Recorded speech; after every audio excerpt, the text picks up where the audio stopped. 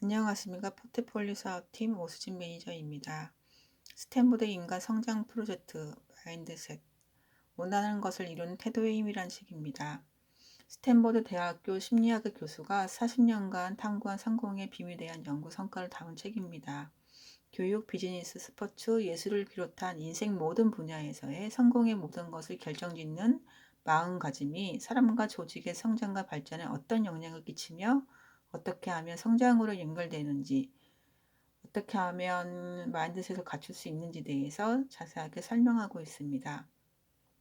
총 이 책은 8장으로 이루어져 있는데 그 중에서 몇 가지를 발췌해서 소개해 드리고자 합니다.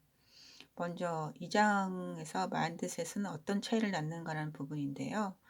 페이지 40페이지를 보시면 당신은 자존심을 세워주는 사람과 나를 더 성장하게끔 해주는 사람 중 누구를 고르겠습니까? 라는 물음으로 청소년들에게 질문 던졌습니다. 고정 마인드셋을 가진 청소년들은 자신의 이성적인 파트너는 나를 잘 받쳐주는 사람, 내가 완벽하다고 느끼게 해주는 사람, 나를 존경해주는 사람이라고 답했습니다. 즉 그들에게 완벽한 친구란 자신의 고정된 자질들을 소중히 아끼는 사람인 것이죠. 성장 마인드셋을 가진 사람들은 어떤 파트너를 바랬을까요? 그들에게 이성적인 짝은 내 잘못을 지적하고 개선할 수 있게 도와주는 사람, 더 나은 사람이 되게 해주는 사람, 새로운 것을 배우도록 독려하는 사람이었습니다. 적자는 당신이 무언가에 뛰어나지 않다고 생각하더라도 열과성을 다해 그것에 뛰어들고 매달릴 수 있다는 사실입니다. 실제로 당신이 어떤 일에 매달리는 건 바로 그 일에 뛰어나지 않다는 점 때문인 경우도 가끔 있을 것이라고 얘기합니다. 이것이 성장 마인드셋의 가장 놀라운 장점이며 어떤 일을 행하고 즐기기 위해서 반드시 나는 그 일을 대단히 잘해라고 생각할 필요는 없다고 이야기하고 있습니다.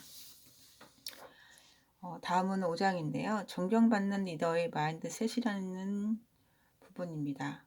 짐 콜리스는 좋은 기업에서 이대한 기업으로 성장하게끔 만드는 게 무엇인지 찾으려 했습니다. 그저 좋은 기업으로 남는 기업들과 달리 이대한 기업으로 성장하고 그 자리를 유지하게 만드는 요인은 무엇일까? 그중 가장 절대적인 요소는 남다른 리더의 성향이었습니다. 이대한 기업들은 모두 이 요소를 가지고 있었지요. 고집세고 자기 재능을 과시하고 영웅적이고 카리스마가 있는 리더의 모습이 아닌 끊임없이 질문을 던지고 잔인할 정도로 난감한 과제에도 당당히 맞서는 동시에 자신을 쓸데없이 과시하지 않는 유형의 사람들이었다는 겁니다. 그 실패가 눈앞에 닥쳐도 결국엔 승리할 것이라는 믿음을 버리지 않는 리더들이었던 것이죠. 리더들의 특징을 보면 첫 번째, 그들은 자신이 남들보다 더 낫다는 것을 증명하기 위해 쓸데없이 애쓰지 않았다. 두 번째, 자신의 주변을 최대한 능력 있는 사람들로 채우려고 했으며 자신의 실수와 결점을 직시하였고 자신과 회사가 앞으로 필요로 하는 기술이 무엇인지 솔직하게 물을 줄 알았다고 합니다.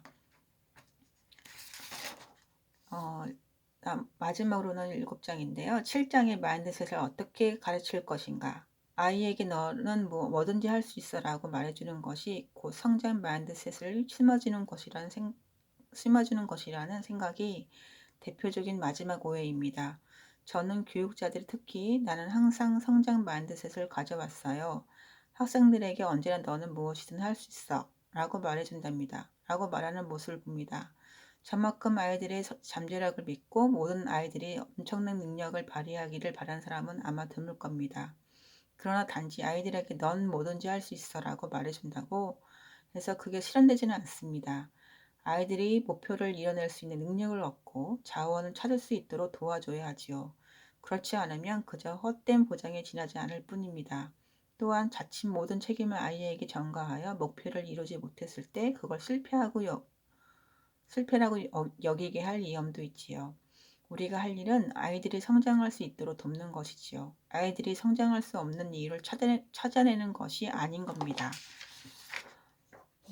그리고 이 책에서 맨 마지막 장에 이제 소개를 담고 있는데요.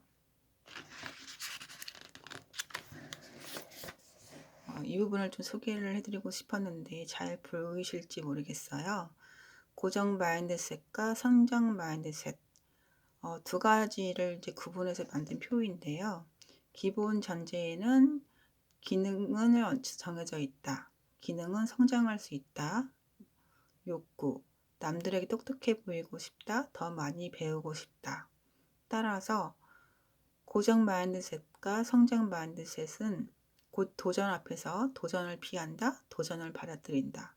역경 앞에서 쉽게 포기한다. 맞서 싸운다.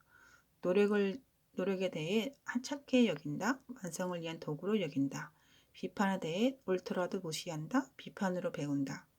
남의 성공에 대해 위험을 느낀다. 교훈과 영감을 얻는다입니다. 결과를 보시면 고정 마인드셋은 현재 수준에 정체되고 잠재력을 발휘하지 못한다. 성장 마인드셋은 잠재력을 발휘해 최고 성과를 낸다는 부분이 있습니다. 그리고 마지막에 이제 페이지에 우리 앞에 놓은 길이라는 부분인데요. 변화란 여러 어려운 것일 수 있습니다. 하지만 변화에 성공한 사람 중 그 변화가 가치 없다고 하는 사람은 보지 못했지요. 물론 자신이 직접 그 고통스러운 과정을 겪은 사람들이 그 가치를 낮춰볼 수는 없겠죠. 하지만 변화를 이룬 사람은 자신의 삶이 얼마나 더 좋아졌는지 얘기해 줄 수 있을 것입니다. 이전에는 갖지 못했지만 지금은 갖추게 된 것, 전과는 다른 기분에 대해 당신에게 이야기해 줄 수 있지요. 성장 마인드셋을 향한 변화가 제가 가진 모든 문제를 해결해 줬냐고요? 아닙니다. 하지만 저는 그 덕분에 이전과는 사뭇 다른 삶, 더 풍성한 인생을 살 수 있게 됐다는 걸 압니다. 그리고 더 생동감을 느끼고 용기를 얻게 됐으며 더 열린 자세를 갖추게 됐죠. 지금 당신이 변해야 할지 결정할 수 있는 사람은 당신뿐입니다. 변화가 당신에게 필요할 수도 있고 아닐 수도 있지요. 하지만 어느 쪽이든 부디 성장 마인드셋만은 마음속에 담아두세요. 그럼 어떤 장애에 부딪힐 때마다 그 성장 마인드셋에 의지할 수 있을 겁니다.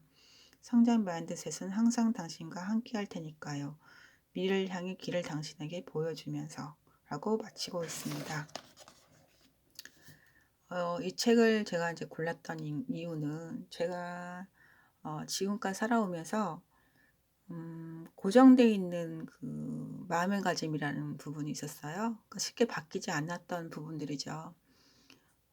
고집이 셌고 고시식하고 어느 부분에서는 제가 옳다라고 여기는 부분들을 밀고 가는 그런 고집도 있고요.